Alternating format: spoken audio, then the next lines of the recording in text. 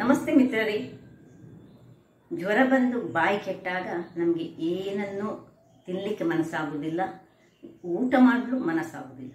ಹಾಗಿರುವಾಗ ನಮ್ಮ ದೇಹಕ್ಕೆ ಏನಾದರೂ ಸ್ವಲ್ಪ ಅನ್ನವ ಅಥವಾ ರಾಗಿ ಮುದ್ದೆಯ ಹೋಗಲೇಬೇಕು. ಹಾಗಿರುವಾಗ ಇವತ್ತು ನಾನು ಒಂದು ಬಾಯಿ ರುಚಿಯನ್ನು ಹೆಚ್ಚಿಸುವಂತಹ ಒಂದು ಸಾರನ್ನು ಮಾಡಿದ್ದೇನೆ. ಇದು ಹಳೆಯ ಕಾಲದ ರೆಸಿಪಿ ಅಂತ ಹೇಳ್ಬೋದು. ನಮ್ಮ ಅಜ್ಜಿಯಂದಿರು ಇದನ್ನು ಹೆಚ್ಚಾಗಿ ಮಾಡ್ತಿದ್ರು.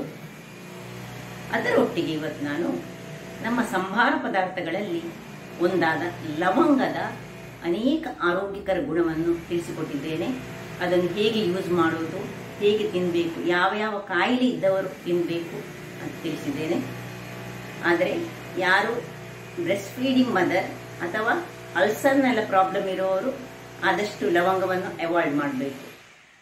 ಹಾಗಿರುವಾಗ ಈ ಒಂದು ರುಚಿಕರವಾದ ಸಾರು ಹೇಗೆ ಮಾಡುವುದು ಎಂದು ನೋಡುವ ಮೊದಲು ಯಾರೆಲ್ಲ ನನ್ನ ಚಾನಲನ್ನು ನೋಡ್ತಿದ್ದೀರಿ, ಯಾರೆಲ್ಲ ಇನ್ನೂ ಸಬ್ಸ್ಕ್ರೈಬ್ ಮಾಡಿಲ್ಲ, ದಯವಿಟ್ಟು ಸಬ್ಸ್ಕ್ರೈಬ್ ಮಾಡಿ, ಸಪೋರ್ಟ್ ಮಾಡಿ ಅಂತ ಹೇಳುತ್ತಾ ಬನ್ನಿ ಈ ರುಚಿಕರವಾದ ಸಾರು ಹೇಳ್ಬೋದು, ಗೊಜ್ಜು ಹೇಳ್ಬೋದು, ಕೈಗೊಜ್ಜು ಅಂತ ಸಹ ಕರೀತಾರೆ. ಇದನ್ನು ಹೇಗೆ ಮಾಡುವುದು ಎಂದು ನೋಡೋಣ.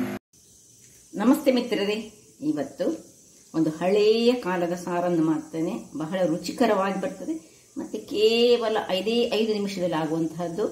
ಯಾರಿಗೆಲ್ಲ ಸ್ವಲ್ಪ ಜ್ವರ ಎಲ್ಲ ಬಂದಿದ್ರೆ ಅಥವಾ ಬಾಯಿ ಕೆಟ್ಟಿದ್ರೆ ಅಂಥವರಿಗೆ ಇದು ಬಹಳ ಒಳ್ಳೆಯದು. ಅಲ್ಲದಿದ್ದರೆ ಸಹ ಒಂದು ಬಟ್ಟಲು ಊಟ ಮಾಡುವಷ್ಟು ರುಚಿಕರವಾದ ಸಾರು ಇದು.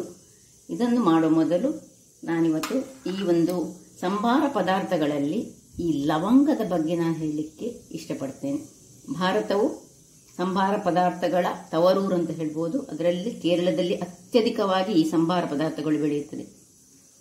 ಈ ಒಂದು ಈ ಲವಂಗದಲ್ಲಿ ಅನೇಕ ಕಾಯಿಲೆಗಳನ್ನು ಗುಣಪಡಿಸುವಂತಹ ಶಕ್ತಿ ಇದೆ. ಇದರಲ್ಲಿ ಒಂದು ಯುಜಿನಾಲ್ ಎಂಬ ಒಂದು ಕೆಮಿಕಲ್ ಇದೆ. ಅದು ಆಂಟಿ ಇನ್ಫ್ಲಮೇಟರಿ, ಆಂಟಿವೈರಲ್ ಹಾಗೂ ಆಂಟಿ ಬ್ಯಾಕ್ಟೀರಿಯಾದಿಂದ ತುಂಬಿದಂತಹದ್ದು.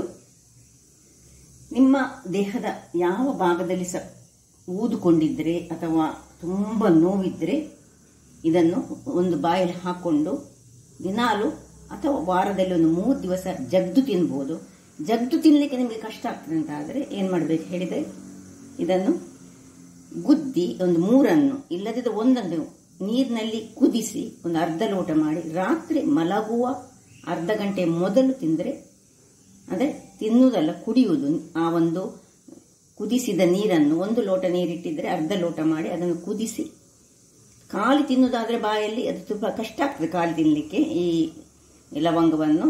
ಹಾಗಾಗಿ ಇದನ್ನು 3 ನೀವು ತೆಗೆದುಕೊಂಡು ಗುದ್ದಿ ಒಂದು ಅರ್ಧ ಗ್ಲಾಸ್ ನೀರಿನಲ್ಲಿ ಕುದಿಸಿದರೆ ಅದನ್ನು 1/4 ಗ್ಲಾಸ್ ಮಾಡಬೇಕು. ಅಥವಾ ನೀವು 1 ಗ್ಲಾಸ್ ನೀರಿನಲ್ಲಿ ನಿಮಗೆ ಸ್ವಲ್ಪ ಸುರುವಿಗೆ ನಮಗೆ ಅದು ಕುಡಿಲಿಕ್ಕೆ ಸ್ವಲ್ಪ ಕಷ್ಟ ಆಗ್ತದೆ ಆದರೆ 1 ಗ್ಲಾಸ್ ನೀರು ಹಾಕಿ ಅರ್ಧ ಗ್ಲಾಸ್ ಮಾಡಿಕೊಳ್ಬೇಕು. ಅಂದರೆ ಅದನ್ನು ಸ್ವಲ್ಪ ಆರಿಸಿಕೊಳ್ಬೇಕು ಮತ್ತು ಮಲಗುವ ಅರ್ಧ ಗಂಟೆ ಮೊದಲು ಕುಡಿಬೇಕು. ಇದು ಲಿವರನ್ನು ಡಿಟಾಕ್ಸಿಫೈ ಮಾಡುವಂತಹ ಶಕ್ತಿಯನ್ನು ಹೊಂದಿದೆ ಅಂತೆ. ಗ್ಯಾಸ್ಟ್ರಿಕ್ ಇದ್ರೆ ಸಹ ಕಮ್ಮಿ ಮಾಡ್ತದೆ. ಕೆಮ್ಮಿನ ಸಮಸ್ಯೆಗೆ, ಕೆಮ್ಮಿಗೆ ಇದನ್ನು ಗುದ್ದಿ ಸ್ವಲ್ಪ ಹನಿ ಹಾಕಿ ತಿಂದರೆ ಸಹ ಬಹಳ ಉತ್ತಮ, ಹೃದಯಕ್ಕೆ ಬಹಳ ಉತ್ತಮ. ಹಾಗಾದರೆ ಈ ಒಂದು ಲವಂಗ, ನಮ್ಮ ದೇಶದಲ್ಲೇ ಬೆಳೆಯುವಂತಹ ಈ ಲವಂಗಕ್ಕೆ ಎಷ್ಟೊಂದು ಆರೋಗ್ಯಕರವಾದ ಗುಣಗಳಿವೆ ಎಂಬುದನ್ನು ನಿಮಗೆ ಅರ್ಥ ಆಯ್ತಲ್ಲ. ಈಗ ಇವತ್ತು ನಾನು ಈ ಒಂದು ಸಾರನ್ನು, ರುಚಿಕರವಾದ ಸಾರನ್ನು ಮಾಡಲಿಕ್ಕೆ ಇಲ್ಲಿ ಗ್ಯಾಸ್ನಲ್ಲಿ ಒಂದು ಕಬ್ಬಿಣದ ಬಣಾಲೆಯನ್ನು ಇಟ್ಕೊಳ್ತೇನೆ.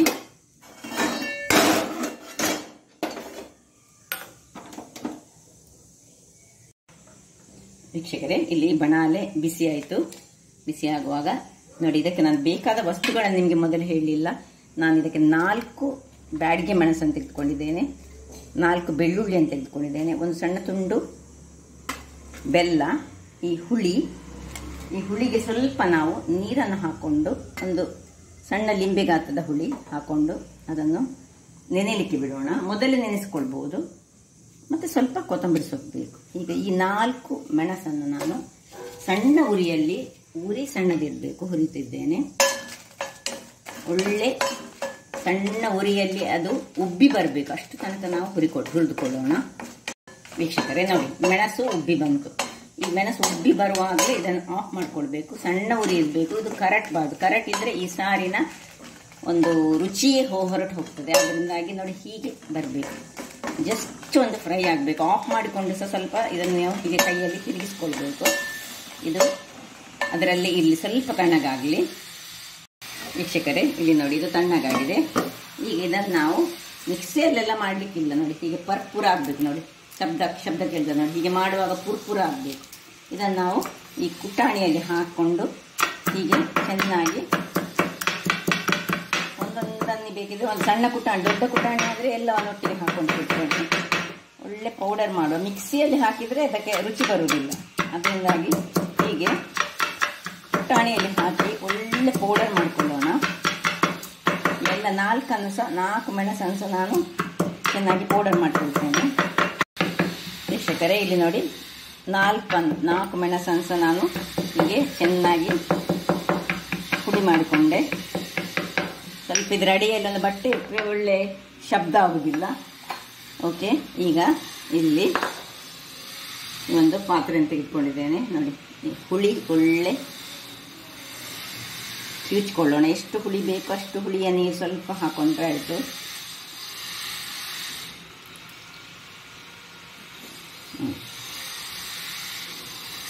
ಇದಕ್ಕೆ ಎಣ್ಣೆ ಇಲ್ಲ, ಬೇರೆ ಏನು ಒಗ್ಗರಣೆ ಕೊಡಲಿಕ್ಕಿಲ್ಲ, ಏನಿಲ್ಲ. ಸುಲಭ ರೀತಿಯಂತಹ ಒಂದು ಇನ್ನು ಈ ಪೌಡರನ್ನು ಇದಕ್ಕೆ ಹಾಕೊಳ್ಳೋಣ. ನಾವು ನಮ್ಮ ಅಜ್ಜಿ ಅಂದ್ರಿದ್ದು ಉಪ್ಪು ಮುಂಚಿ ಅಂತ ಹೇಳ್ತಿದ್ರು. ಅದಕ್ಕೀಗ ನಾನು ಉಪ್ಪು ತೋರಿಸುವಾಗ ಉಪ್ಪು ತೋರಿಸಲಿಲ್ಲ, ಇದಕ್ಕೆ ಉಪ್ಪು ಹಾಕ್ಲಿಕ್ಕುಂಟು. ಒಂದು ಸ್ವಲ್ಪ ಉಪ್ಪನ್ನು ಹಾಕೊಳ್ಳೋಣ. ಎಷ್ಟು ನಮಗೆ ರುಚಿಗೆ ತಕ್ಕಷ್ಟು ಉಪ್ಪು. ಸ್ವಲ್ಪ ಉಪ್ಪನ್ನು ಹಾಕೊಳ್ತಿದ್ದೇನೆ ನಾನು. ಇದಕ್ಕೆ ಎಲ್ಲ ಕಲ್ಲುಪ್ಪೆ ಹಾಕೊಳ್ತಿದ್ದೇನೆ ನಾನು, ಪುಡಿ ಉಪ್ಪನ್ನು ಹಾಕೊಳ್ತಿಲ್ಲ. ಈಗ ಆರೋಗ್ಯದಾಯಕವಾಗಿ ಮಾಡ್ತಾ ಇದ್ದೇನೆ. ಇನ್ನು ಈ ಒಂದು ಬೆಳ್ಳುಳ್ಳಿ, ಸಿಪ್ಪೆ ತೆಗೆದ ಬೆಳ್ಳುಳ್ಳಿ, ಇದನ್ನು ಸ್ವಲ್ಪ ಗುದ್ದಿಕೊಳ್ಳೋಣ. ಸ್ವಲ್ಪ, ತುಂಬ ಗುದ್ದದು ಬೇಡ. ಇನ್ನು ಇದಕ್ಕೆ ಹಾಕೊಳ್ಳೋಣ ಇದನ್ನು ಸಹ. ಇನ್ನು ಬೆಲ್ಲವನ್ನು ಗುದ್ಕೊಳ್ಳೋಣ. ಇದರಲ್ಲಿ ಹೆಚ್ಚು ಬೆಲ್ಲ ಬೇಡ, ಸ್ವಲ್ಪ ಬೆಲ್ಲ ಸಾಕು. ಎಲ್ಲ ಗುದ್ದಿಕೊಂಡು, ಕೈಯಲ್ಲಿ ಗುದ್ದಿಕೊಂಡು ಪಟಪಟನೆ ಮಾಡುವಂತಹದ್ದು. ನೋಡಿ ಸ್ವಲ್ಪ ಇಷ್ಟು ಸಾಕು ಬೆಲ್ಲ ಹಾಕ್ಕೊಂಡು ಇದನ್ನು ಸ್ವಲ್ಪ ಕಿವುಚಿಕೊಳ್ಳೋಣ. ಇನ್ನು ಕೊನೆಯದಾಗಿ ಈ ಕೊತ್ತಂಬರಿ ಸೊಪ್ಪನ್ನು ಸಹ ಹಾಗೆ ಸ್ವಲ್ಪ ಕೈಯಲ್ಲೇ ಹೀಗೆ ಸಣ್ಣ ಸಣ್ಣದಾಗಿ ಅಥವಾ ಸ್ವಲ್ಪ ಜಜ್ಜಿಕೊಳ್ಬೇಕು. ಅದರಲ್ಲಿ ಸ್ವಲ್ಪ ಜಜ್ಜಿದ್ರೆ ಸಾಕ್ತದೆ. ಅಥವಾ ನೋಡಿ ಹೀಗೆ, ಅಂದರೆ ಅದರ ರಸ ಈಗ ಬಿಟ್ಕೊಳ್ಬೇಕು. ಕೊತ್ತಂಬರಿ ಸೊಪ್ಪಿನ ರಸ ಇದರಲ್ಲಿ ಬಿಟ್ಕೊಳ್ಬೇಕು. ಅಥವಾ ಕತ್ತರಿಯಲ್ಲಿ ನಿಮಗೆ ಆಗೋದಿಲ್ಲ ಅದು ಕತ್ತರಿಸಿಕೊಳ್ಳಿ, ಅದು ಸಾಕ್ತದೆ. ಹಿಂದೆ ಅಥವಾ ಈಗ ಇದೆಲ್ಲ ಮರೆತು ಹೋದಂತಹ ಡಿಶ್ಗಳು ಯಾರು ಮಾಡೋದಿಲ್ಲ. ಆ್ಯಕ್ಚುಲಿ ಆರೋಗ್ಯದಾಯಕವಾದ ಈ ಹಸಿವನ್ನು ಹೆಚ್ಚಿಸುವಂತಹದ್ದು ಇದು. ಯಾರಿಗೆ ಹಸಿವಿಲ್ಲ ನೋಡಿ ಅಂಥವರು ಇಂತಹ ಒಂದು ಸಾರನ್ನು, ಅಂದರೆ ಇದೀಗ ಇದಕ್ಕೆ ಸ್ವಲ್ಪ ನೀರು ಹಾಕ್ಕೊಳ್ಳಿಕ್ಕೆ ಉಂಟು. ನೋಡಿ ಹೀಗೆ ಚೆನ್ನಾಗಿ ಕಿವುಚಿಕೊಳ್ಬೇಕು. ನಾನು ಇದರಲ್ಲಿ ಕೈಯಲ್ಲಿ ಒಂದು 2 ನಿಮಿಷಗಳ ಕಾಲ ಆದರೂ ಹೀಗೆ ಕಿವುಚಿಕೊಂಡು ಅದರಲ್ಲಿರುವ ಬೆಳ್ಳುಳ್ಳಿ ಹಾಗೂ ಕೊತ್ತಂಬರಿ ಸೊಪ್ಪು, ಹುಳಿ, ಬೆಲ್ಲ ಎಲ್ಲ ಮಿಕ್ಸ್ ಆಗಬೇಕು ಅದರಲ್ಲಿ. ಈಗ ಇದಕ್ಕೆ 1 ಲೋಟಗಳಷ್ಟು ಪುನಃ ನೀರನ್ನು ಹಾಕೊಳ್ತಿದ್ದೇನೆ. ಇಲ್ಲಿ ಚೆಕ್ ಮಾಡಿ, ಉಪ್ಪು ಕಡಿಮೆ ಆಗಿದೆ ಉಪ್ಪು ಹಾಕೊಳ್ಳಿ, ಬೆಲ್ಲ ಸ್ವಲ್ಪ ಕಮ್ಮಿ ಇದ್ದರೆ ಹಾಕೊಳ್ಳಿ. ಯಾಕಂದರೆ ಉಪ್ಪು ಹುಳಿ ಖಾರ ಇದ್ದು ಇದನ್ನು ಗಂಜಿ ಒಟ್ಟಿಗೆ ಅಥವಾ ಈ ನಾರ್ತ್ ಕೇಂದ್ರದಲ್ಲಿ ಮುದ್ದೆಯೊಟ್ಟಿಗೆ ತಿಂತಾರೆ ಇದನ್ನು. ರೆಡಿ ಆಯಿತು. ಇದೀಗ ನಾನು ಒಂದು 2 ಆಗುವಷ್ಟು ಮಾಡಿದ್ದು. ನೀವು ಬೇಕಿದ್ರೆ ಹೆಚ್ಚು, ಇದು ತುಂಬ ಸಹ ತಿನ್ನಲಿಕ್ಕೆ ಆಗೋದಿಲ್ಲ. ಸೈಡಿಗೆ ಅನ್ನದೊಟ್ಟಿಗೆ ಇದನ್ನು ತಿನ್ನಲಿಕ್ಕೆ ಬಹಳ ಉತ್ತಮ. ಹಾಗಾದರೆ ನೋಡಿದ್ರಲ್ಲ ವೀಕ್ಷಕರೇ, ನನ್ನ ಈ ಕುಕಿಂಗ್ ಚಾನಲ್ ನಿಮಗೆ ಇಷ್ಟ ಆದರೆ ಬೋಳು ಸುವರ್ಣ ಚಾನಲನ್ನು ಲೈಕ್ ಮಾಡಿ, ಶೇರ್ ಮಾಡಿ ಹಾಗೂ ಸಬ್ಸ್ಕ್ರೈಬ್ ಮಾಡಿ ಹಾಗೂ ನನ್ನ ಇನ್ಸ್ಟಾಗ್ರಾಮ್ ಪೇಜನ್ನು ಫಾಲೋ ಮಾಡಿ. ಧನ್ಯವಾದಗಳು.